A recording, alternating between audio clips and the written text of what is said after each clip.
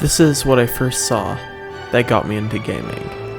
Being around the age of 6, this game was brilliant. I had no idea what was going on, and it was just one big experience. This game made me want to play video games. This game fueled my addiction for like 5 years straight. But really, this game is truly a blessing, with a few issues, but we'll get to that later.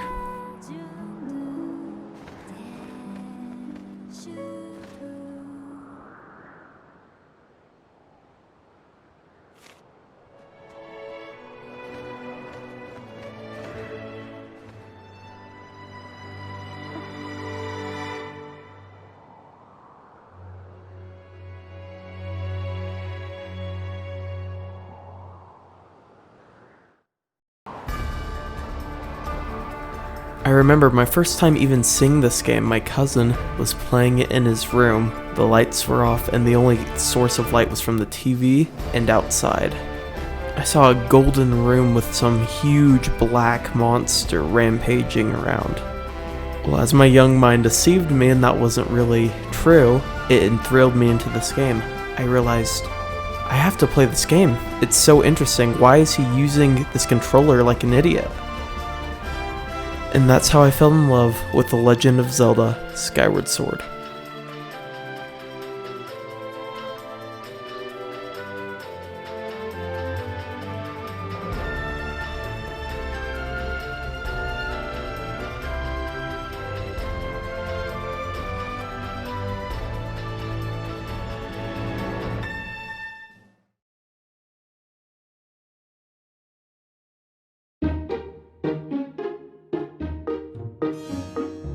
You play as Link, an ordinary boy living in Skyloft, a huge floating island above the clouds.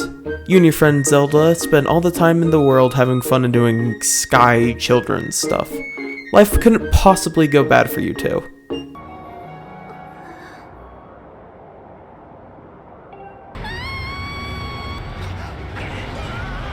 Oh wait, it does.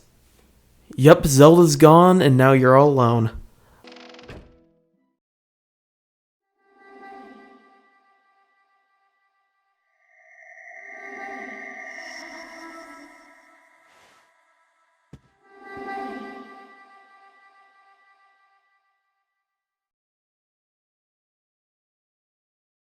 It wouldn't be a Zelda game without a companion. Fi or Fi, however you want to pronounce it, it's spelled F-I. They lead you all the way to the goddess statue, where they open it up to reveal your new sword, the goddess sword. I really like this part. Not only was it mysterious and fun, but it was kind of just emotional. It's really hard to explain, but anyways, I'm getting sidetracked. Anyways, Fi says that she has a way to find Zelda pretty much. So then you two agree to go save her, and that's where your journey starts. The first Legend of Zelda game in the timeline begins. Now from this point on, it'll only be spoilers, so please either wait for the new Skyward Sword to come out on the Switch or continue watching this video with caution.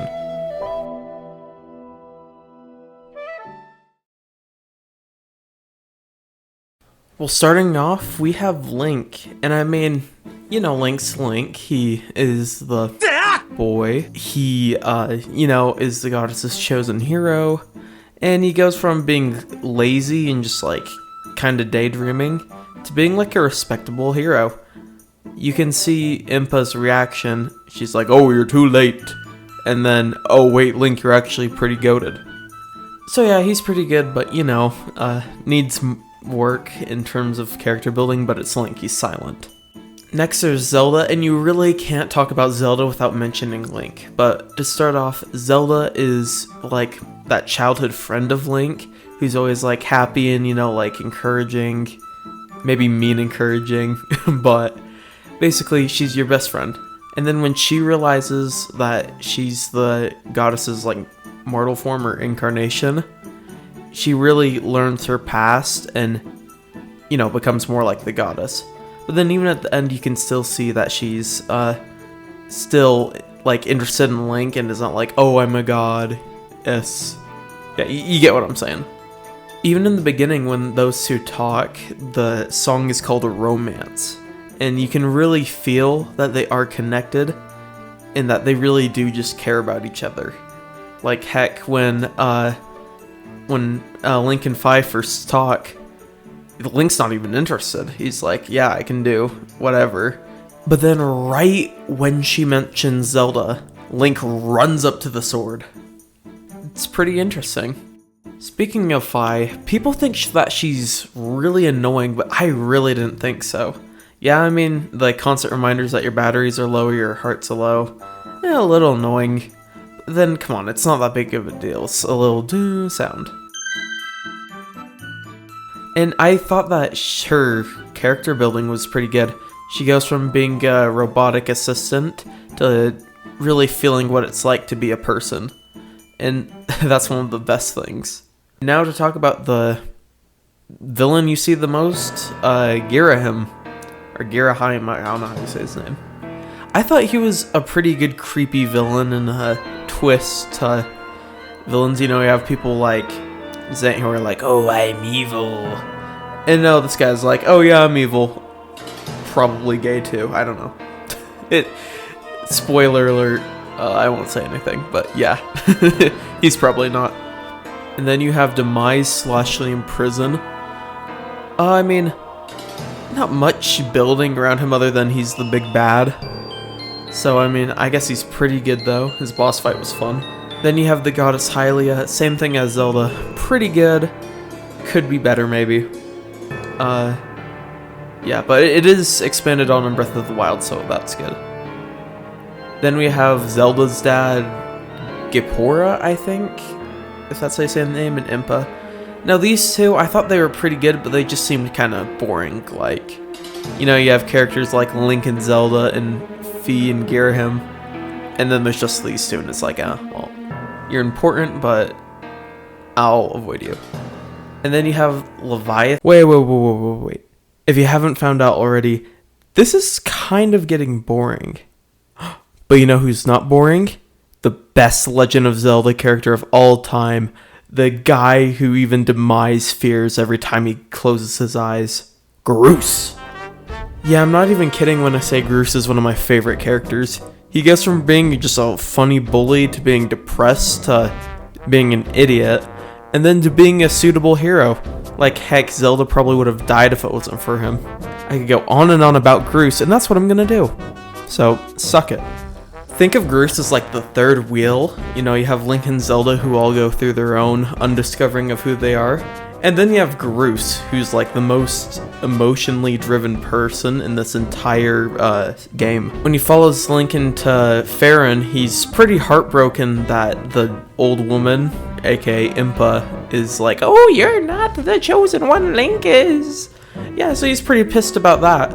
But I mean, after a little bit and thinking, he's like, you know, I care about Zelda, so I'm gonna help her in any way I can. Heck, even in the end, he's not still trying to get with Zelda. He realizes that it's not meant to be, and is just happy he could help. Also, looking for images of Groose was also one of the best things I've ever done, so here's some stuff that I found. If you still don't think that Groose is one of the best characters in all of Legend of Zelda, well, you're dead wrong, and your opinion sucks. Anyways, this is like my third night in a row working on this video, and frankly, I'm pretty tired, so we're gonna go on to our next topic.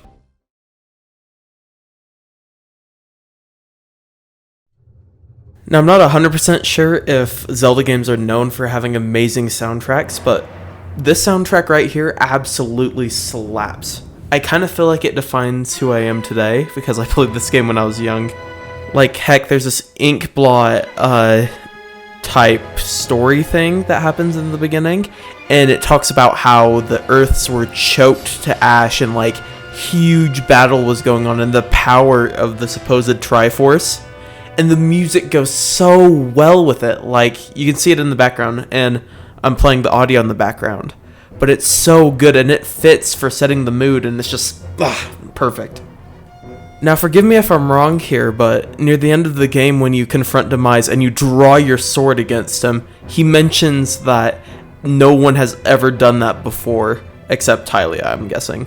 Like, people would literally shake fear and hide and beg for their life. They'd pray to the goddess Hylia to save them. And you can really see it in this intro sequence. And such a powerful blow is perfect for an amazing game like this. And if you want to hear more, I'm going to leave a playlist in the description below of just some music that I like. So, yeah, check it out. Anyways, I keep losing my sanity a little bit more, so titles are going to go down the drain. But yep, on to the next section.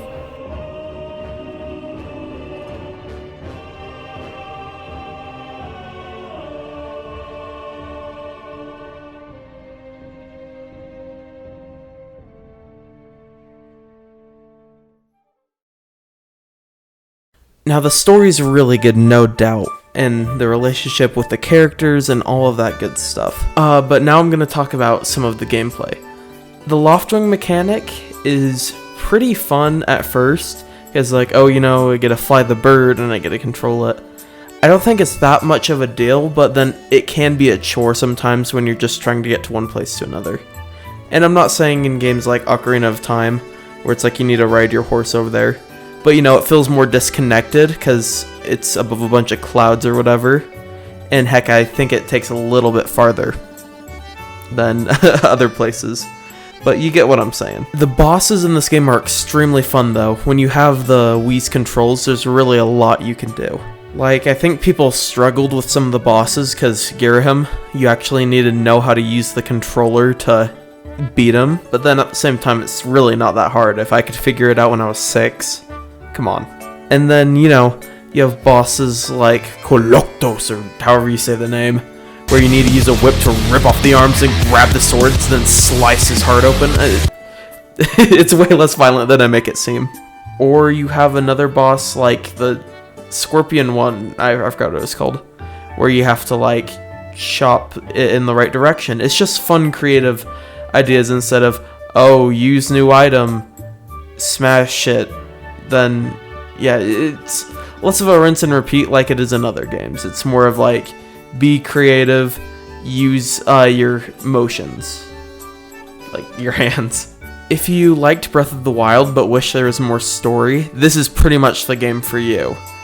Like, I mean, heck, things break sometimes, you know, and there's room to explore. It's pretty good.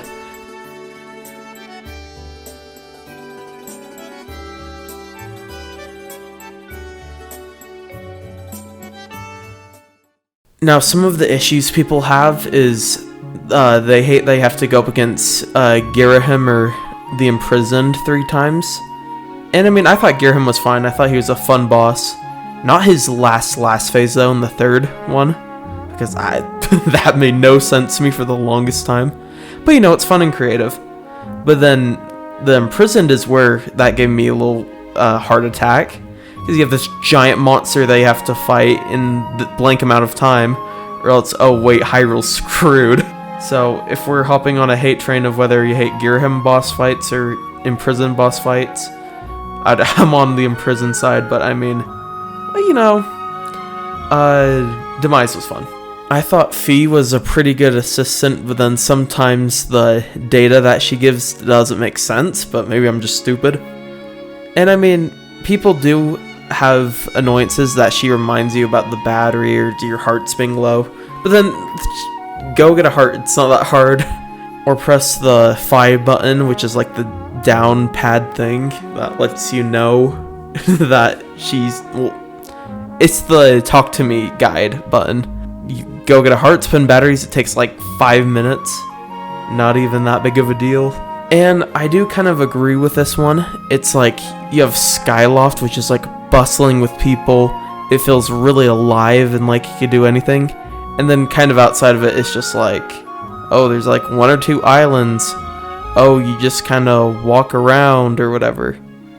I do think it was honestly experimental for when they did do Breath of the Wild. Like the idea that they had. But then at the same time, it's not a huge nitpick, just kind of something that people can agree with and be like, yeah, that wasn't the best. Oh, and another thing, the dungeons were really good. Because, you know, you have the controls, and then you have the items that you have, which is just the basic stuff like Claw Shot, slingshot, bow, you know, all that good stuff. And the way how you actually open up the boss store is really fun. Instead of just finding boss store, maybe doing something before it, and then pressing A, no, you actually have to fit the key into the door using the controls. And that was perfect. It wasn't like, oh, press A, bam. It was, okay, figure out how to fit this dang thing. It was really good. That's what I'm saying. Now, if you know me, you saw this coming. I've been complaining about this for a while, and it's the Skyward Sword HD.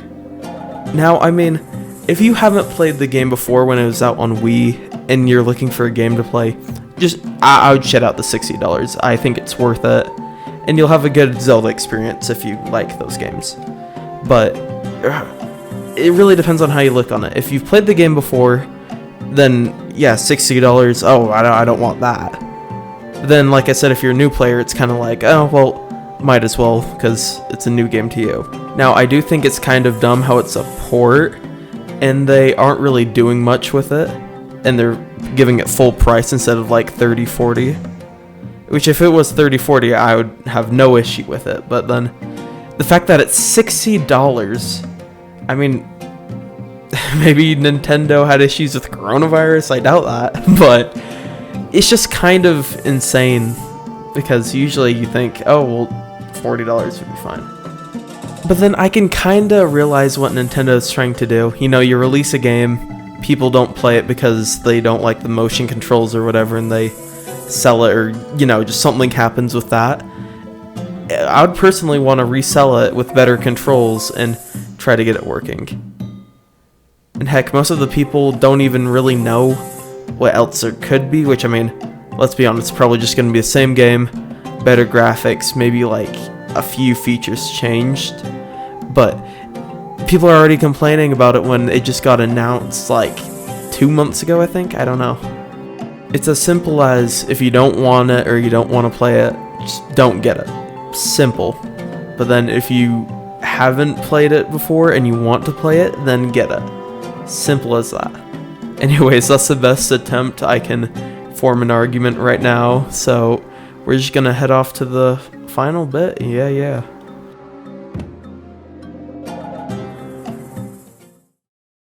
In conclusion, Skyward Sword is an amazing game that people seem to hate for some reason, but then heck, half of the people didn't even get through the first bit.